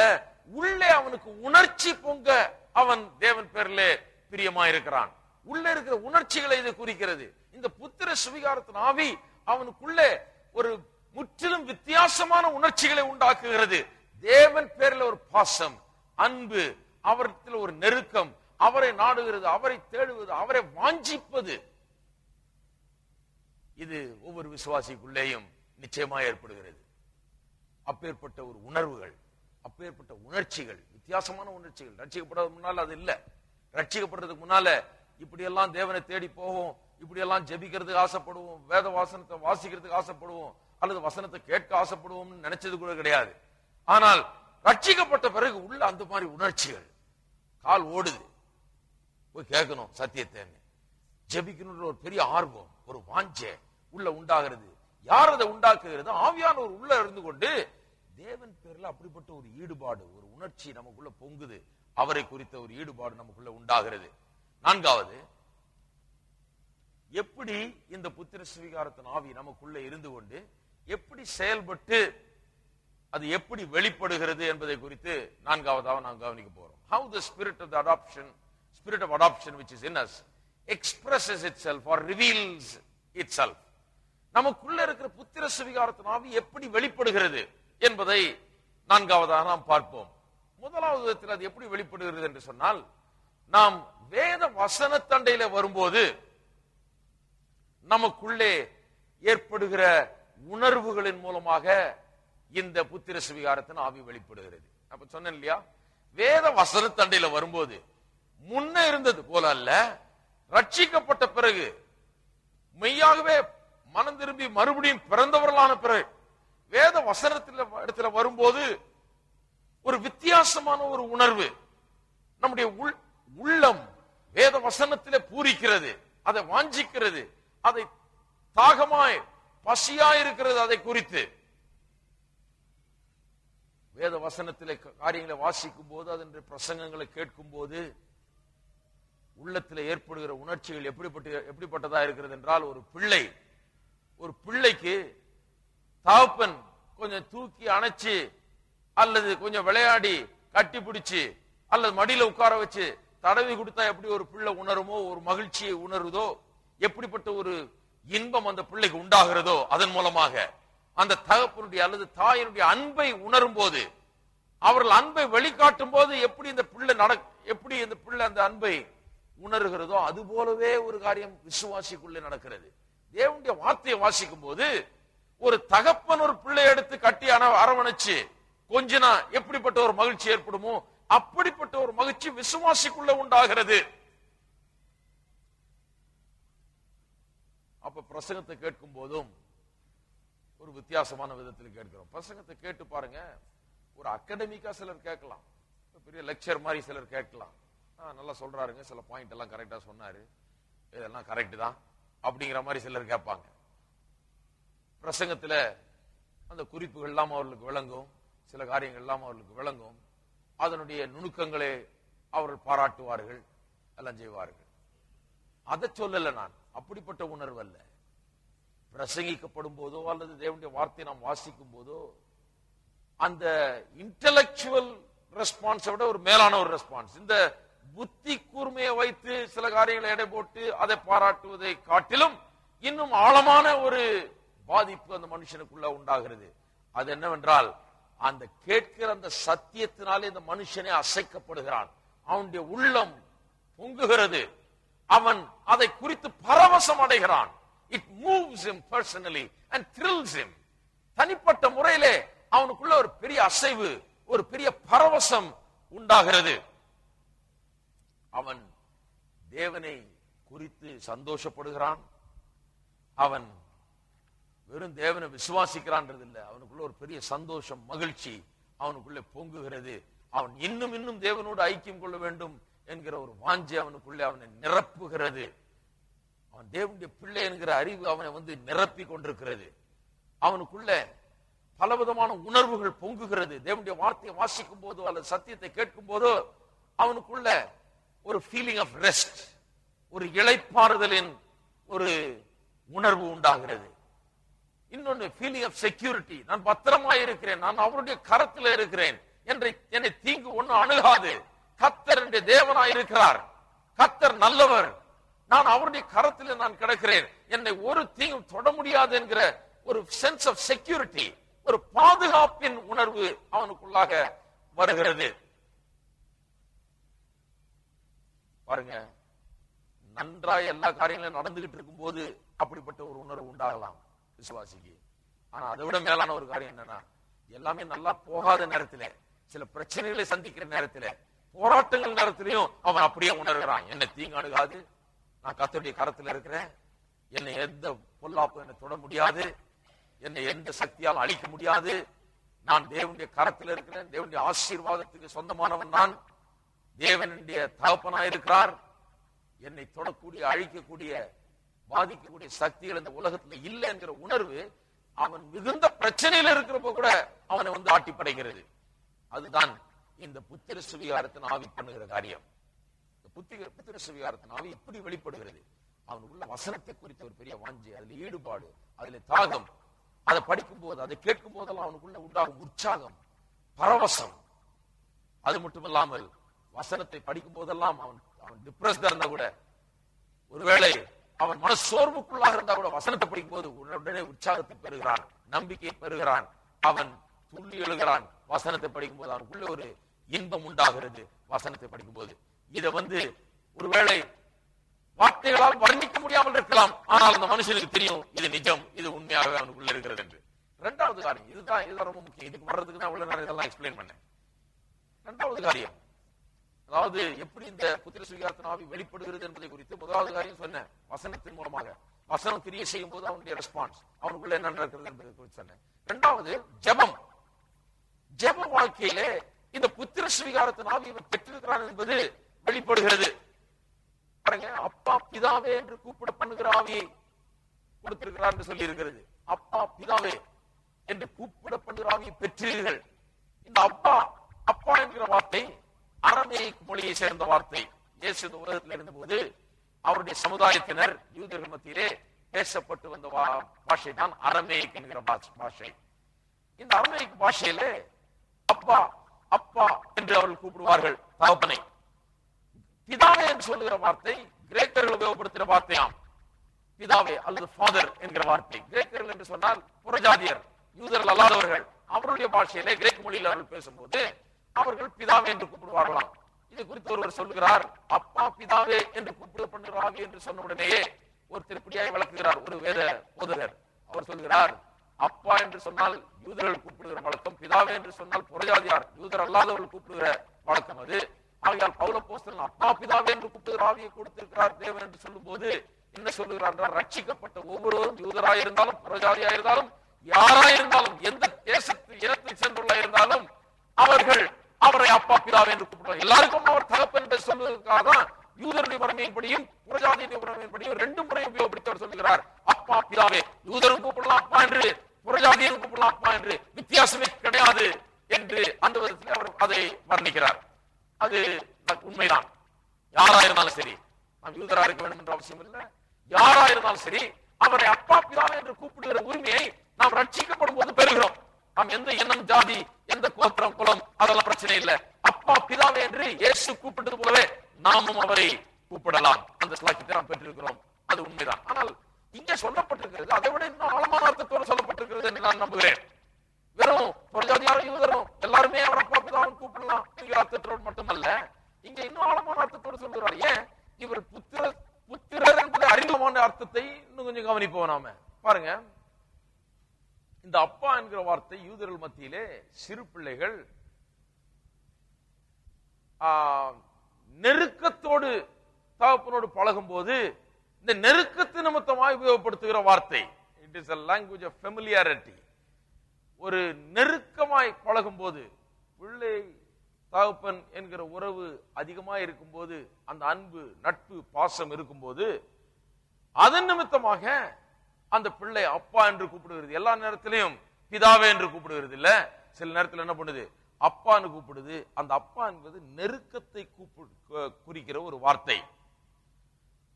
ஆகையால இதுல இருந்து என்ன விளங்குகிறது, நாம் தேவனோடு நெருக்க முடியவர்களா இருக்கிறோம். அவரை அப்பா என்று கூப்பிடக்கூடிய ஆவி நமக்குள்ளே கொடுக்கப்பட்டிருக்கிறபடினாலே நமக்கு என்ன விளங்குகிறது, நாம் தேவனுக்கு தூரமானவர்கள் அல்ல, அவருடைய அன்பை பெற்றிருக்கிறோம், அவருக்கு நெருக்கமானவர்கள். நாம் ஒரு குழந்தை எப்படி அப்பா என்று கூப்பிடுகிறதோ அதுபோல நாமும் அப்பா என்று கூப்பிடலாம் என்பது விளங்குகிறது. இது பவுல் அப்போஸ்தலனுக்கும் யூத மார்க்கத்தை சேர்ந்தவர்களுக்கும் நன்றாய் விளங்குகிற ஒரு காரியம். அவருடைய பிள்ளைகள்லாம் அப்பா அப்பான்னு கொஞ்சம் அப்பாட்ட வந்து ஆகையால் சொல்லுகிறார், அப்பான்னு நீங்களும் கூப்பிடலாம் அவரை, அவர் உங்களுடைய அப்பா. ஒரு பிள்ளை எப்படி தன்னுடைய தகப்பனிடத்தில் நெருக்கமாய் வந்து அப்பான்னு கூப்பிடுதோ அதுபோல நீங்களும் அப்பா என்று கூப்பிடலாம் என்று சொல்லுகிறார். அப்பேற்பட்ட ஆவியை கொடுத்திருக்கிறார் என்று சொல்லுகிறார். அது மட்டும் இல்லாமல் இன்னொரு காரியம் இருக்கிறது. இதுல இந்த யூதர்கள் மத்தியிலே அந்த காலத்தில் அடிமைகள் இருந்தார்கள். அடிமைகள் இருக்கும்போது, அடிமைகள் சொன்னா விலைக்கு வாங்கப்பட்டவர்கள். சும்மா போய் ஒரு எந்திரத்தையோ அல்லது ஒரு கத்திரிக்காயோ வாங்குற மாதிரி அடிமையை போய் விலை கொடுத்து வாங்கி வீட்டுல அன்றைக்கு வேலைக்கு வைத்திருந்தார்கள். வேலைக்காரர்கள் அல்ல, அடிமைகள். அடிமைகள்னா சொந்தம் கொண்டாடலாம். திஸ் இஸ் மை ப்ராப்பர்ட்டின்னு சொல்லலாம், எனக்கு சொந்தம் இது அப்படின்னு சொல்லி ஒரு குடும்பத்தையே விலை கொடுத்து வாங்கிட்டு வந்து வேலைகள்லாம் வச்சிருப்பாங்க. அப்பேற்பட்ட ஒரு காலம் அது. அடிமைகள் ஒருபோதும் தங்களுடைய எஜமானை அப்பா பிதாவே என்று கூப்பிட முடியாதாம், கூப்பிடவே மாட்டாங்க. யூத அடிமைகள் ஒருபோதும் பிதா என்றோ அல்லது அப்பா என்றோ அந்த வீட்டு எஜமானை, இவர்களை விலை கொடுத்து வாங்கின அந்த எஜமானை ஒருபோதும் கூப்பிடக்கூடாது. அதுதான் சட்டம். கூப்பிடவே கூடாது, அப்பா பிதான் கூப்பிட முடியாது. அடிமைக்கு அந்த உரிமையே கிடையாது, அப்பா பிதா என்று கூப்பிடுகிற உரிமையே கிடையாது. அடிமைத்தனத்திலிருந்து விடுதலையானவனுக்கு தான் அந்த உரிமை உண்டு. அடிமைத்தனத்தில் வாழாதவனுக்கு தான் அந்த உரிமை, அப்பா பிதா என்று கூப்பிடக்கூடிய உரிமை. அடிமைத்தனத்தில் வாழுகிறவன் தன்னுடைய எஜமான அப்பா பிதா என்று கூப்பிட முடியாது. அது மூலமா என்ன விளங்குகிறது, நாம் அடிமைத்தனத்தில் இல்லை. நாம் ரட்சிக்கப்பட்ட நாளிலிருந்து நாம் பயப்படுகிறதுக்கு அடிமைத்தனத்தின் ஆவியை பெறாமல் அப்பா பிதா என்று கூப்பிட பண்ணுகிற ஆவியை பெற்றிருக்கிறோம். பாருங்க, நாம் அடிமைத்தனத்தில் இல்லை பிரியமானவர்களே, நாம் தேவனுடைய பிள்ளைகளா இருக்கிறோம், தேவனுடைய ஜனமா இருக்கிறோம். அப்பா பிதாவே என்று கூப்பிடக்கூடிய ஒரு ஸ்லாக்கியத்தை பெற்றிருக்கிறோம். அடிமை என்கிற எண்ணம் நீங்க வேண்டும், நான் தேவனுடைய பிள்ளை என்கிற எண்ணம் மேலோங்க வேண்டும். அடிமைத்தனத்தின் ஆவி அல்ல, அப்பா பிதாவே என்று கூப்பிடப்படுகிற ஆவி. நாம் இனி அடிமைகள் அல்ல, நாம் பிள்ளைகள். எல்லாரும் சொல்லுவோம் ஒரு முறை, நாம் அடிமைகள் அல்ல, நாம் பிள்ளைகள். எப்பேற்பட்ட ஒரு காரியம் பாருங்க. அடிமைகள் அல்ல பிள்ளைகள், அடிமைகள் அல்ல பிள்ளைகள். இது மேலோங்கி நிற்க வேண்டும் நம்முடைய உள்ளத்துல. பயப்படுறதுக்கு நாம் அடிமைகள் அல்ல. அடிமைதான் பயந்துட்டு வந்து நிற்பான். இங்க வான்னு சொன்னா அவன் வந்து கை கட்டிட்டு நிக்கணும், வீட்டு வாசல்ல நிக்கணும், கூப்பிடுற சத்தத்துக்கு ஓடி வரணும், வாய் திறந்து பேசும்போது ஜாக்கிரதையா பேசணும். நாம் அடிமைகள் அல்ல. நமக்குள்ள இப்ப வேறொரு ஆவி வந்திருக்குது, அப்பா பிதாவே என்று கூப்பிட பண்ணுகிற ஆவி. தேவனுக்கு அடிமைகள் அல்ல நாம். தேவனிடத்துல பயப்படுகிற ஆவி நமக்கு கொடுக்கப்படவில்லை, அப்பா பிதாவே என்று கூப்பிட பண்ணுகிற ஆவி நமக்கு கொடுக்கப்பட்டிருக்கிறது. அது மட்டுமல்லாமல் இன்னொரு காரியம் இதில் கவனிக்க வேண்டியது என்னவென்று சொன்னால், கூப்பிட பண்ணுகிற வார்த்தை ஆங்கிலத்திலே ரொம்ப அருமையாக கொடுக்கப்பட்டிருக்கு. டு கிரை அப்பா ஃபாதர், டு கிரை, கூப்பிட பண்ணுகிற, லிட்டரலா சொல்ல போனா கூக்குரல் இடுகிற ஆவி. கூக்குரல், கூப்பிடுகிறது என்று சொன்னால் ஒரு ஸ்ட்ராங்கான ஒரு வார்த்தை. அது வேண்டும் என்று அப்போஸ்தலனாகிய பவுல் உபயோகப்படுத்துகிறார். வெறும் அப்பா பிதாவேன்னு ஏதோ மெல்லமா சொல்றது அல்ல. கூப்பிட பண்ணுகிற என்று சொல்லும் போது சத்தமாய் கூப்பிடுகிறதை அது குறிக்கிறது. ரொம்ப ஸ்ட்ராங்கான ஒரு வார்த்தை, சத்தமாய் கூப்பிடுகிறதை அது குறிக்கிறது. அந்த வார்த்தையில என்ன அடங்கி இருக்குதுன்னா, அந்த சத்தமா கூப்பிடுறதுன்றது ஏதோ ஆண்டவர் காது கேட்கல அதனால சத்தமா கூப்பிடணும் அப்படி கிடையாது. சில நேரத்தில் சிலர் பண்றதை பார்த்தா ஆண்டவர் செவிடா இருப்பாரோன்றது மாதிரி இருக்கும். அவங்களே அப்படியே ஜெபம் பண்ணுவாங்க, ஆண்டவர் கேட்கலையா, செவியை திருப்பிக்கிட்டீரா, அடைச்சுக்கிட்டீரா, இப்படி எல்லாம். ஆண்டவர் செவிடும் இல்ல, அவர் வந்து காதை அடைச்சுக்கிறது இல்ல, அவர் திருப்பிக்கிறதும் இல்ல. அதனால நாம் சத்தமா கூப்பிடுறது இல்ல. நாம் சத்தமாய் கூப்பிடுகிறோம், கூப்பிட பண்ணுகிறோம். அப்பா பிதாவே என்று கூப்பிடுகிற ஆவி அந்த சத்தமா கூப்பிடுறது என்று எதை குறிக்கிறது என்று சொன்னால், நாம் நன்றாய் அறிந்தவரை நாம் கூப்பிடுகிறோம் என்பதை குறிக்கிறது. அறிந்தவரா இருந்தா நாம் சத்தமா கூப்பிடுகிறோம். உங்க வீட்டுல வந்து வெளியே ஒரு ஆள் வந்து நின்று கதவை தட்டி சார்னு கூப்பிட்டா தெரியாத ஆளா இருந்தா சத்தமே தெரியும், மொள்ளமா இருக்கும். சார் அப்படிமா இல்லையா? அந்த வீட்டுக்கு தலைவன் வந்து அங்க தட்டி கூப்பிடும் போது கதவை தர, யாரு சீக்கிரம், ஒரு அதிகாரம் இருக்கும், அதுல ஒரு சத்தம் இருக்கும். அந்த சத்தமே அந்த ஃபெமிலியாரிட்டியை நமக்கு காண்பிக்கிறது. அவர்களுக்குள்ள இருக்கிற அந்த உறவு, அவளுடைய நெருக்கத்தை அது காண்பிக்கிறது. அதைத்தான் நீங்க சொல்லி இருக்கிறார். கூப்பிட பண்ணுகிற ஆவினா நமக்கு உரிமை இருக்கிறது, ஸ்லாக்கியம் இருக்கிறது, பாக்கியத்தை பெற்றிருக்கிறோம். ஆகையால் சத்தமாக நாம் கூப்பிடுகிறோம். நாம் அவர் அறிந்திருக்கிறோம். அவரோடு கூட பிள்ளை அப்பா என்கிற உறவு நமக்கு ஏற்பட்டிருக்கிறது. அது நிமித்தமாக நாம் அப்படி கூப்பிடுகிறோம். பாருங்க, ஜெபத்தில இது ரொம்ப முக்கியம், கவனிக்க வேண்டியது. ஜெபத்தின் மூலமாக இந்த அப்பா பிதாவை என்று கூப்பிடப்படுகிற ஆவி வெளிப்படுகிறது. அநேகர் ஒரு மெக்கானிக்கல் கோல்டு பிரேயர், அதாவது தேவன் எங்கேயோ இருக்கிற யாரோ ஒருத்தர் மாதிரி ஆபீஸ்ல பெட்டிஷன் போடுற மாதிரி போடுறாங்க தேவன்ட்ட. ஆபீஸ்ல பெட்டிஷன், சில வார்த்தைகள்லாம் எனக்கு புரியவே புரியாது, எழுத பெருந்தகை அது இதுன்னு என்னங்க அதுன்னு கேட்டுட்டு கிடப்பேன் நான். இதெல்லாம் பெட்டிஷன் போடுற முறை. இதெல்லாம் ரொம்ப பெரிய பெரிய வார்த்தைகள்லாம் உபயோகப்படுத்தி ரொம்ப ப்ராப்பரா எழுதி ரொம்ப கரெக்டா கொண்டு போய் கரெக்டா அடிச்சு கொடுக்கணும் அவங்களுக்கு. சிலர் ஜெபிக்கிறத பார்த்தா பெரிய தேவன்ட்ட ஏதோ பெட்டிஷனை கொண்டு வந்திருக்க மாதிரி இருக்கும். அவர் யாரோ இவங்க யாரோ, அவர் யாரோ பெரிய ஒரு ஆபீசரு, இவங்க யாரோ ஒரு சாதாரண ஆளு, தயவு நாடி வந்திருக்கிறார்கள் என்பது போல இருக்கும். கிடையாது. அந்த கோல்டு மெக்கானிக்கல் ஃபார்மாலிட்டி, அந்த ஒரு ஜீவனில்லாத ஜெபம், ஒரு நெருக்கத்தை காண்பிக்காத ஜெபம், தேவனோடு கூட ஒரு ஈடுபாடையே காண்பிக்காத ஜெபத்தை அநேகர் செய்கிறார்கள். ஏன்னா ரட்சிப்பின் அனுபவத்தை பெறாமல் இருக்கிற வேளையில அநேக நேரத்தில் அப்படி செய்வாங்க. ஜெபம் என்கிறது ஒரு ரிலிஜியஸ் ஃபார்மாலிட்டி ஆயிடுது அவர்களுக்கு. அவர்களுக்கு ஒரு மத சம்பந்தப்பட்ட ஒரு காரியம், ஒரு சடங்காச்சாரம் போல ஆயிடுகிறது. ஒரு சடங்காச்சாரமாய் ஜெபிக்கிறார்கள் அவர்கள். உள்ள ஒரு விதமான உணர்வும் கிடையாது.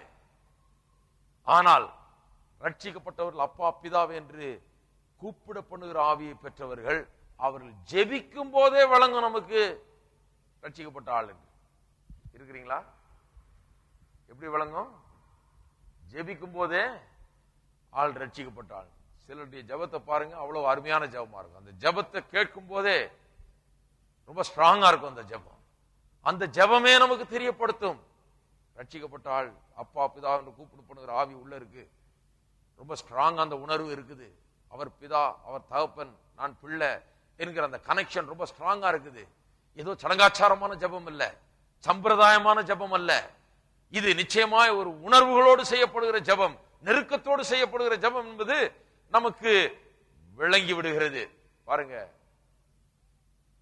தேவனை அறியாத மக்கள் ஜெபிக்கும் போது அது எப்பவுமே ஒரு சடங்காச்சாரம் சம்பிரதாயமான ஜெபமா இருக்கும்.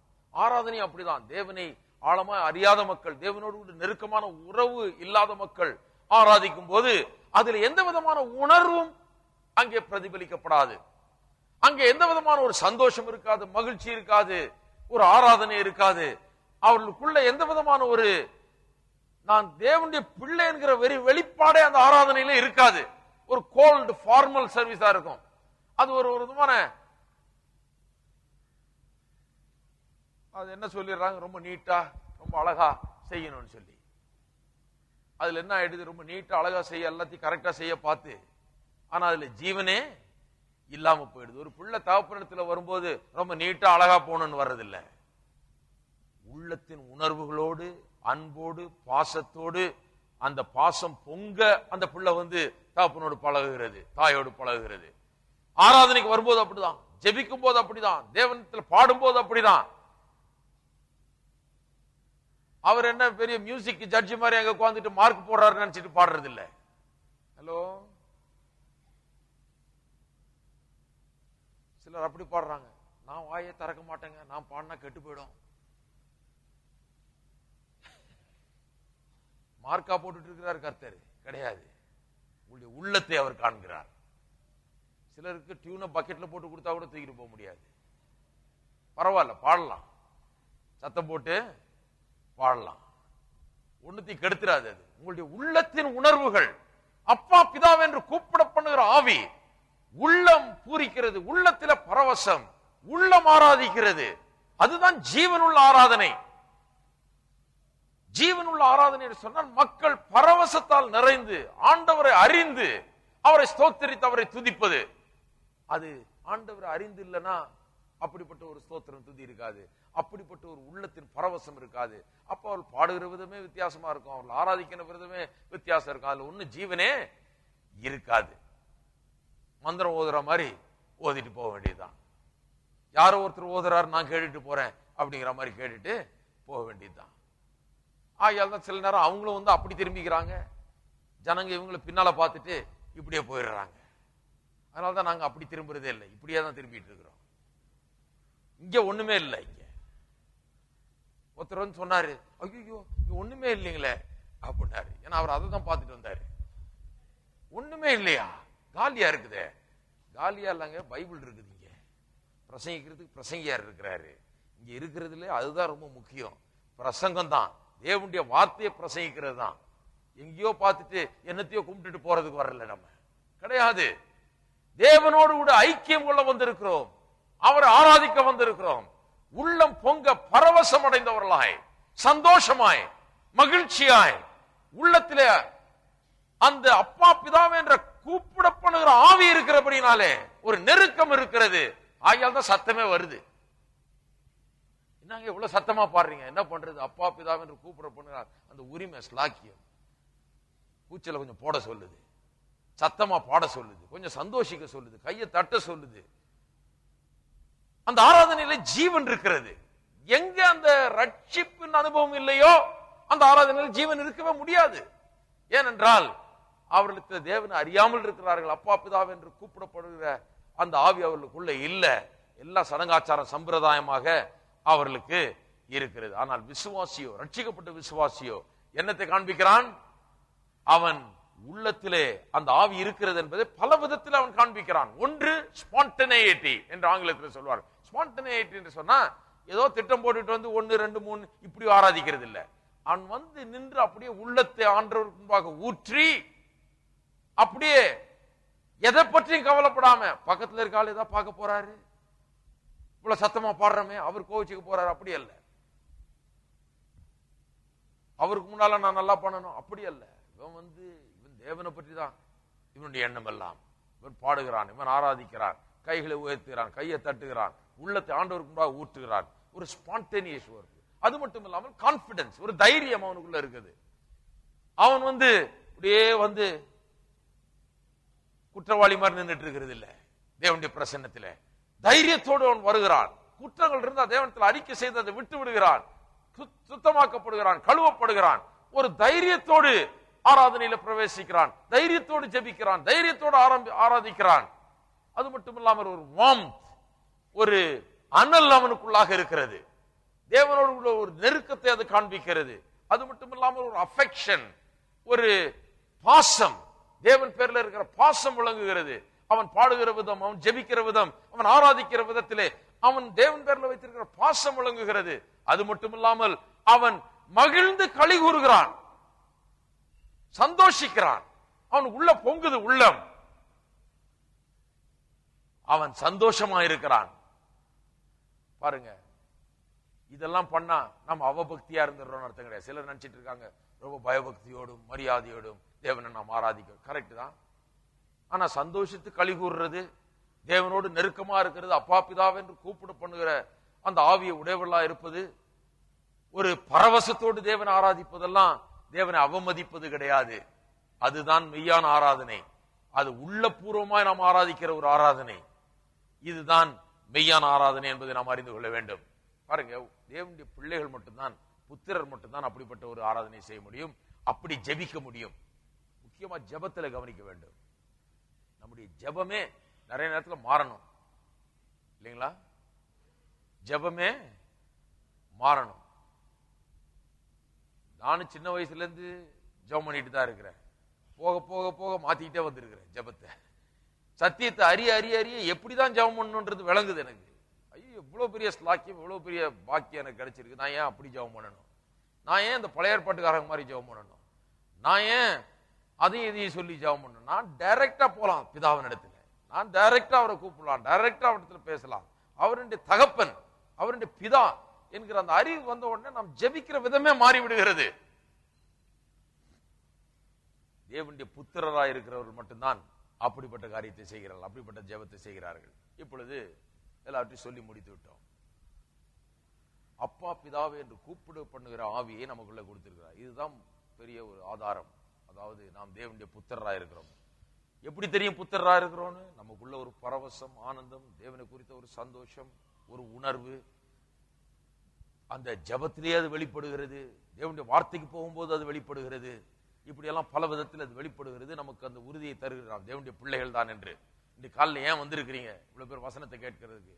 ஏனென்று சொன்னால் அந்த ஆர்வம் உங்களுக்குள்ள இருக்குது. வசனத்தை கேட்கக்கூடிய ஒரு ஆர்வம், வசனத்தை குறித்த ஒரு தாகம், பசி உள்ளே உங்களை ஆட்கொள்ளுகிறது. அதுவே அத்தாட்சி, நீங்கள் தேவனுடைய பிள்ளைகள் என்பதற்கு அது ஒரு பெரிய ஆதாரமாக இருக்கிறது. அதிலே நாம் சந்தோஷிக்க வேண்டும், மகிழ்ந்து களி கூற வேண்டும். பாருங்க, ஒவ்வொருவரும் இதை கொஞ்சம் எண்ணி பார்க்க வேண்டும்.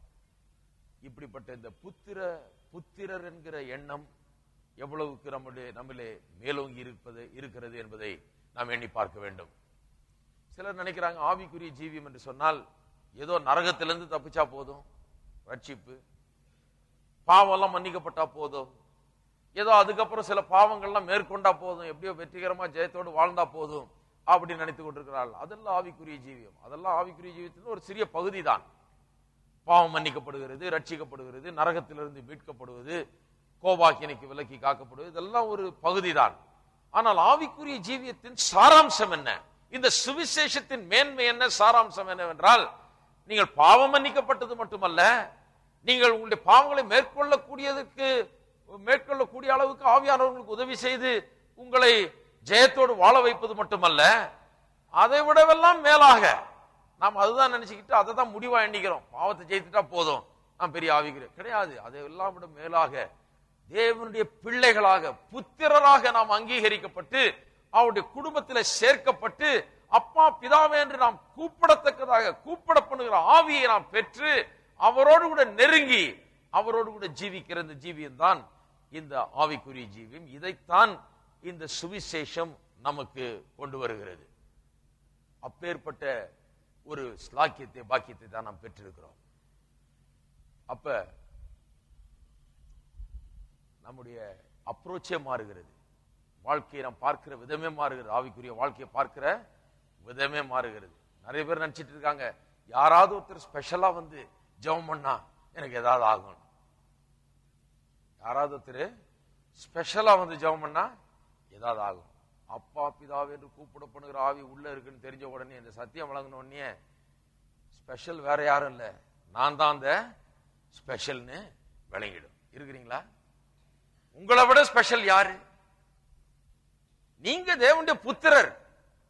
கூப்பிட பண்ணுகிற தன்னுடைய குமாரனுடைய ஆவி, அவர் குமாரன் எப்படி கூப்பிட்டாரோ அதே போல கூப்பிடக்கூடிய ஆவி உங்களுக்குள்ள இருக்கிறது. அதை விட ஸ்பெஷலா வேற யாராவது கூப்பிட முடியுமா? இருக்கீங்களா? இயேசு எப்படி கூப்பிட்டாரோ அப்பா பிதாவே என்று கூப்பிட்டு ஜெபித்து காரியங்களை பெறக்கூடிய தகுதி உங்களுக்கு இருக்கிறது. இதை விட ஸ்பெஷலா யாராவது இருந்தா சொல்லுங்க. இருக்கிறீங்களா? அப்ப என்ன வருது உள்ள? நான் தான் இந்த ஸ்பெஷல், நான் தான் இந்த ஸ்பெஷல். நான் அடிக்கடி இந்த மாணவர்கள் படிக்கிற மாணவர்கள்ட்ட, மற்ற பைபிள் ஸ்கூல் மாணவர்கள்ட்ட, மற்ற ஊழியக்காரர்கள் கூட்டத்தில் சொல்லுவேன். அவங்க சொல்றாங்க, ஆண்டவரே ஐயா, யாராவது ஒருத்தர் பெரிய தேவனுடைய மனுஷன் அனுப்பும் ஆண்டவரே, இந்த இடத்தை அசைக்கக்கூடிய மனுஷன் அனுப்பும், இந்த ஊரை கலக்கக்கூடிய மனுஷன் அனுப்பும், வந்து எங்கேயாவது பெரிய காரியத்தை செய்யக்கூடிய மனுஷன் அனுப்புன்றாங்க. நான் சொல்றேன், ஆண்டவர் அங்க உட்கார்ந்துட்டு முடிச்சிட்டு இருக்கிறாரு. என்னன்னு அவர் சொல்றாரு, நான் உன்னதானப்பா அனுப்பிச்சேன், அசைக்கிறதுக்கு குலுக்கிறதுக்கு எல்லாம் பண்றதுக்கு. யார அனுப்பிச்சேன்? உன்னதான் அனுப்பிச்சேன். நீ இங்க உட்கார்ந்து இப்படி ஜெபம் பண்ணுவேன்னு தெரிஞ்சா உன்னை அனுப்பிச்சிருக்க மாட்டேன். உன்னை எதுக்கு அனுப்பிச்சேன்? அங்க போய் ஆண்டவரே யாரையாவது அனுப்புன்னு சொல்றதுக்கு இல்ல, அங்க போய் ஆண்டவர் என்னதான் அனுப்பிச்சிருக்கிறார், நான் தான் அந்த ஸ்பெஷல் ஆளு, நான் தான் அசைக்க போறேன். வசனத்தை பிரசங்கம் பண்ணி உள்ளங்கள் அசைக்கப்பட போகிறது, மாற்றப்பட போகிறது, குடும்பங்கள் ஆசீர்வதிக்கப்பட போகிறது, ஜீவியங்கள் மாற்றப்பட போகிறது. அந்த ஜீவனுடைய வார்த்தையை நான் பெற்றிருக்கிறேன். இயேசுவை பார்த்து பேதுரு சொல்லுகிறான், where shall I go? You have the words of life. ஜீவ வார்த்தைகள் உம்மிடத்தில் உண்டே, நாங்கள் எங்கே போவோம் என்று சொல்லுகிறான். ஜீவ வார்த்தைகளை ஜனங்களுக்கு நாம் கொடுப்போம் என்றால் ஜனங்கள் சொல்லுவாங்க, நான் எங்க போறது? இங்கதாங்க போகணும். தேவனுடைய வார்த்தையை கேட்க கேட்க கேட்க என்னுடைய உள்ளத்திலே சந்தோஷம், சமாதானம் பெருகிறது, ஆசீர்வாதம் பெருகிறது. தேவனுடைய வார்த்தை எனக்கு ஜீவனை கொடுக்கிறது. நான் தான் சொல்றது, யாரா ஸ்பெஷலா எங்க இருந்தாவது வருவாங்களா, கடல் கடந்து வருவாங்களான்னு பார்த்துட்டு இருக்காதீங்க. நீங்க தான் யார் ஸ்பெஷல். ஊழியக்காரர்கள் மட்டும் இல்ல, விசுவாசிகளும் தங்களை விசுவாசிக்க ஆரம்பிக்க வேண்டும். தாங்கள் தேவனுடைய பிள்ளைகள் என்பது இல்லையா? நீங்கள் தேவனுடைய பிள்ளை என்பதை விசுவாசிக்க ஆரம்பிக்க வேணும். சிலர்லாம் சொல்றாங்க, பைபிளை வாசித்துட்டு, உங்கள் யாராவது வியாதிப்பட்டால் சபையின் மூப்பரை அழைப்பானாக இருக்குது இல்லையா? அதான் ஸ்பெஷலுங்க. அவங்கெல்லாம் அவங்கள கூப்பிடலாங்க. அதுக்கு முந்தின வசனத்தை பாருங்க, உங்களில் ஒருவன் துன்பப்பட்டால் ஜெபம் பண்ண கடவன். அதை பண்ணிட்டு தான் அப்புறம் சபையின் மூப்பரை அழைக்க சொல்றாங்க. இருக்கீங்களா? வியாதி வந்துருச்சு, நான் போன் பண்ணிடுறேன். கரெக்ட் தான். முதல்ல ஜெபம் பண்ணீங்களா? நீங்க விசுவாசிகள் மாற வேண்டியது இருக்கு. இருக்கீங்களா? 13ஆம் வசனத்தை வாசித்துட்டு போன் பண்ணிடக்கூடாது, 12ஆம் வசனத்தை வாசித்துட்டு ஜெபம் பண்ணணும். உங்களில் ஒருவன் துன்பப்பட்டால் என்ன பிரச்சனை? அதான் சொல்லி இருக்கிறாங்க, அவர் வருவாருங்க, அவர் வந்து காலை வச்சாருன்னா எல்லாம் சரியா போயிடும், அவர் வந்து கையை வச்சாருன்னா சரியா போயிடும். நான் ஒரு கல்யாணத்துக்கு போயிருந்தேன் பாருங்க, ஒரு ஊழியக்காரர் சொல்றாரு, ஊழியக்காரனு கல்யாணத்தை நான் தான் நடத்தி வச்சேன். நடத்தி வச்சு முடிஞ்சோன்னு ஒருத்தர் ஜெபம் பண்ண வந்தார். அவர் சொல்றாரு, இந்த காலத்தில் ஆண்டவர் வல்லமையில ஊழியக்காரில் எழுப்பணும், அவர் காலை நீட்டினா அது நடக்கணும், கையை நீட்டினா அது நடக்கணும். நான் நினைச்சேன், இவர் ஏன் காலை நீட்டணும், ஏன் கையை நீட்டணும்? வசனத்தை போதிச்சா ஆளாளுக்கு காலை நீட்டுவாங்க, கையை நீட்டுவாங்க. வசனத்தை போதித்தால் விசுவாசிகள் ஆளாளுக்கு என்ன பண்ணுவாங்க?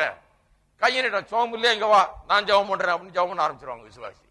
என்ன பிரச்சனை? வா ஜெபம் பண்ணலாம். என்ன பிரச்சனை? இப்ப மேற்கொள்ள முடியாத பிரச்சனையா? அவ்வளவு பெரிய பிசாசு இந்த உலகத்துல எங்க இருக்கிறான்? நான் அந்த பரலோக பிதாவுக்கு பிள்ளை, அப்பா பிதாவே என்று நான் அவரை கூப்பிட முடியும், நான் ஜெபிக்க முடியும், நான் கேட்க முடியும், நான் கேட்ட அவர் தருகிறார். அதான் இயேசு ஜெபிக்கிறார் 17ஆம் அதிகாரத்தில், யோவான் 17ஆம் அதிகாரத்தில் அவருடைய ஜெபத்திலே அவர் சொல்லுகிறார், என்னை நேசித்தது போலவே இவர்களையும் நீர் அன்பு கூறுகிறீர் என்பதை இவர்கள் அறிந்து கொள்ளட்டும் என்று. இதைத்தான் அறிந்து கொள்ளாம விட்டாங்க ஜனங்க. இயேசுவை தேவன் எவ்வளவு நேசிக்கிறாரோ அந்த அளவுக்கு உங்களை அவர் நேசிக்கிறார். இயேசுக்கு எப்படி மறு உத்தரவு அருளி தந்தாரோ அது போல உங்கள் ஜெபத்தை கேட்டு அவர் மறு உத்தரவு அருளுகிறார். இயேசுடைய ஜெபத்தை எப்படி கேட்கிறாரோ அது போலவே கேட்கிறார். அவர் கூப்பிட்டா மாதிரியே நீங்க கூப்பிடக்கூடிய அதே ஆவியை உங்களுக்கு கொடுத்திருக்கிறார். ஆகையால அவர் கூப்பிட்டு எப்படி பதில பெற்றாரோ அதே போல நீங்களும் கூப்பிட்டு நீங்களும் பதில வரலாம். இங்க வந்தது நான் கையாசிக்கிறதுக்கு கால அசைக்கிறதுக்கு கூப்பிடல உங்களை. நீங்க எப்படி கைய கால நீட்டலான்றது கூப்பிடுதுதான், அதுக்குதான் கூப்பிட்டேன். அதை சொல்றதுக்கு தான். கர்த்தருடைய வார்த்தை அறிந்து கொண்டால் ஒவ்வொருவரும், ஒவ்வொரு விசுவாசியும், சிறியவர்களும் பெரியவர்களும், வாலிபர்களும் வயோதிபர்களும் வல்லமையுள்ள விசுவாசிகளாக, தைரியத்தோடு ஜெபிக்கக்கூடிய விசுவாசிகளாக, கேட்டு பெற்றுக் கொள்கிற விசுவாசிகளாக, ஜெயிக்கிற விசுவாசிகளாக ஒவ்வொருவரும் இருக்க முடியும். எல்லாரும் இழந்து நிற்போம்.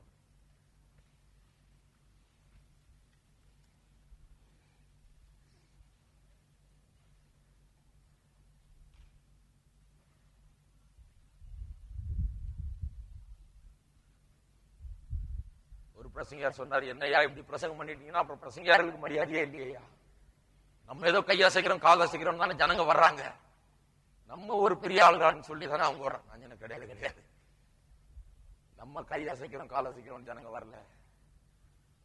நம்ம அவங்க எப்படி கையை காலாசைக்கிறதுன்னு கத்து தர்றோம், அதுக்காக தான் வர்றாங்க. நாம் பெரிய ஆளுன்னு சொல்லி கூட்டம் எங்கிட்ட ஏதோ பெற்றுக்கொண்டு போறதுக்கு வரல. இந்த வார்த்தையினுடைய மேன்மை அறிந்து இதை பெற்றுக்கொண்டால், இதை அறிந்து கொண்டால் நான் எப்பேற்பட்டவன் தெரிந்து கொள்வேன். அதுக்கப்புறம் நானே ஜெயிக்கிறவனா இருப்பேன் அறிந்து கொள்றதுக்கு தான் வருகிறார்கள் இல்லையா? அதுக்கு தானே வந்தீங்க. என்னங்க கரங்களை வச்சு நாம் கர்த்தரை ஸ்தோத்திரிப்போம். அப்பா பிதாவே என்று கூப்பிடப்படுகிற ஆவி வசனத்தை கேட்கும் போது நம்முடைய உள்ளம் பொங்குகிறது, பரவசம் அடைகிறது. பிதாவாகிய நம்முடைய தேவன், அவர் நம்முடைய பிதா. நாம் கூப்பிடக்கூடும் அவரை. இயேசு கூப்பிட்ட போது அது போல கூப்பிட முடியும். அவர் இயேசுவை நேசித்தது போல நம்மை நேசிக்கிறார், நமக்கு பதில் அளிக்கிறார். நம்முடைய தேவன் அவர். உரிமையோடு கூப்பிட வேண்டும், உரிமையோடு அவருக்கு வர வேண்டும். ஹல்லேலூயா. ஓ, இந்த சத்தியம் உள்ளங்களை பதியட்டும், ஆழமாய் உள்ளங்களை ஆட்கொள்ளட்டும். அப்பா பிதாவே என்று கூப்பிடக்கூடிய ஆவியை உங்களுக்குள்ளாக அவர் ஊற்றி இருக்கிறார். ஹல்லேலூயா. ஸ்தோத்திரம், ஸ்தோத்திரம் கர்த்தாவே. ஸ்தோத்திரம், ஸ்தோத்திரம், ஸ்தோத்திரம், ஸ்தோத்திரம் தேவனே, உமக்கு ஸ்தோத்திரம். ஹல்லேலூயா. துதிக்கிறோம், துதிக்கிறோம், துதிக்கிறோம் கர்த்தாவே. ஸ்தோத்திரம், ஸ்தோத்திரம் தேவனே. எங்கள் அன்பின் பிதாவே கர்த்தா இயேசுவின் நாமத்தில் முன்னிலை வருகிறோம். அருமையான நேரத்துக்காக உமக்கு ஸ்தோத்திரம். அருமையான சத்தியங்களுக்காக உமக்கு ஸ்தோத்திரம் கர்த்தாவே. இது எவ்வளவு பெரியவர், எவ்வளவு நல்லவர் என்பதை நாங்கள் உணர்கிறோம். அந்நியரும் பரதேசிகளுமாய் பாவிகளாய் நீசர்களாய் இருந்த எங்களை நேசர்களாக மாற்றினவர், உமக்கு பிரியமானவர்களாக மாற்றினவர், குமாரர்களாய் குமாரத்திகளாய் மாற்றினவர். இனி நாங்கள் நீசர் அல்ல, நாங்கள் ஒன்றுமில்லாதவர்கள் அல்ல, நாங்கள் வெறுமையானவர்கள் அல்ல, நாங்கள் பலனற்றவர்கள் அல்ல. எங்களை பலப்படுத்துகிற கிறிஸ்துவினாலே எல்லாவற்றையும் எங்களுக்கு செய்ய பலன் உண்டு என்று நாங்கள் விசுவாசிக்கிறோம் என்பதை அறிந்திருக்கிறோம். நாங்கள் உடைய பிள்ளைகள், உமால் அபிஷேகம் பண்ணப்பட்டவர்கள், உடைய கரம் எங்கள் வாழ்க்கையின் மீது இருக்கிறது. ரட்சிக்கப்பட்டவர்கள், ரத்த கோட்டைக்குள்ளே தங்கி இருப்பவர்கள், உடைய செட்டின் கீழாக மறைந்திருப்பவர்கள். நீர் எங்கள் கோட்டைகள் அடைக்கலம். நாங்கள் நம்பி இருக்கிற தேவன். எங்களை தொடக்கூடிய பெரிய பிசாசு இந்த உலகத்தில் கிடையாது. எங்களை மேற்கொள்ளக்கூடிய சக்தி இந்த உலகத்தில் கிடையாது. நாங்கள் ஜெயிக்கிறவர்கள், மேற்கொள்ளுகிறவர்கள், பிதாவிடத்தில் செல்லும் ஸ்லாக்கியத்தை பெற்றவர்கள், அப்பா பிதாவே என்று கூப்பிடக்கூடிய உரிமையை பெற்றவர்கள். ஸ்தோத்திரம் தேவா, உம்மை ஸ்தோத்திரிக்கிறோம், உம்மை ஸ்தோத்திரிக்கிறோம் கர்த்தாவே, உம்மை துதிக்கிறோம், உம்மை ஸ்தோத்திரிக்கிறோம், நன்றி உள்ளவர்களாக இருக்கிறோம். எங்களை உயர்த்தினபடியால் உமக்கு ஸ்தோத்திரம். தாழ்ந்து கிடந்த எங்களை உயர்த்தினபடியால் உமக்கு ஸ்தோத்திரம். பிசாசின் பிடியில் இருந்த எங்களை பிசாசின் மீது அதிகாரம் உள்ளவர்களாய் மாற்றினபடியால் உமக்கு ஸ்தோத்திரம். ஓ, தேவ ஜனமாக ஆகி இருக்கிறபடியால் உமக்கு ஸ்தோத்திரம். அவல நிலையில் அல்ல, ஸ்லாக்கியத்தை பாக்கியத்தை பெற்ற மக்களாய் வைத்திருக்கிறபடியால் உமக்கு ஸ்தோத்திரம் கர்த்தாவே. இதன் உணர்வு ஒவ்வொரு உள்ளத்தையும் இன்றைக்கு கவி பிடிக்கட்டும். இந்த சத்தியத்தின் உணர்வு ஆட்கொள்ளட்டும் ஒவ்வொருவரையும். எடுத்துவிட்டு போகும்போது கர்த்தாவே புத்திரர் என்கிற எண்ணத்தோடு, புத்திரர் என்கிற அந்த வார்த்தை உள்ளத்தில் வைத்தவர்களாய் தேவனுடைய புத்திரன், நான் குமாரன் குமாரத்தி, இயேசுவை போலவே கூப்பிட முடியும் தேவனை. இயேசுடைய ஸ்தானமே எனக்கு கொடுக்கப்பட்டிருக்கிறது. அவர் எப்படி கூப்பிட்டார் அது போலவே கூப்பிட முடியும். அவர் பதிலை பெற்றது போல பெற முடியும் என்கிற நிச்சயத்தோடு ஒவ்வொருவரும் செல்லட்டும் கர்த்தாவே. வாழ்க்கையின் தேவைகளை அவர்கள் கர்த்தாவை உம்மிடத்தில் கொண்டு செல்லட்டும். ஜெயத்தை காணட்டும். எல்லா பிரச்சனைகளின் ஜெயத்தையும் விடுதலையும் அவர்கள் காணட்டும் கர்த்தாவே. அந்த ஒவ்வொரு தேவையை சந்திக்கப்படட்டும். அவருடைய ஜெபத்துக்கான மறுமொழி கிடைக்கிறது என்று அவர்கள் அனுபவித்து ருசிக்கட்டும். ஆசீர்வாதங்களும் காத்துக்கொள்ளும் வசனம் கர்த்தாவே அவருடைய இருதயத்திலே இருப்பதாக, கண்களுக்கு முன்பாக எப்போதும் இருப்பதாக, அவருடைய வாயில இருப்பதாக. இதற்காக அவர்களுக்கு துதிக்கட்டும். அப்பா பிதாவே என்று இன்னும் அதிகமாக உண்மை கூப்பிடட்டும். கர்த்தாவே இன்னும் அதிகமான உரிமையோடு கூப்பிடட்டும். ஆசீர்வதித்து காத்துக்கொள்ளும். இயேசுவின் நாமத்திலே ஜெபிக்கிறோம்.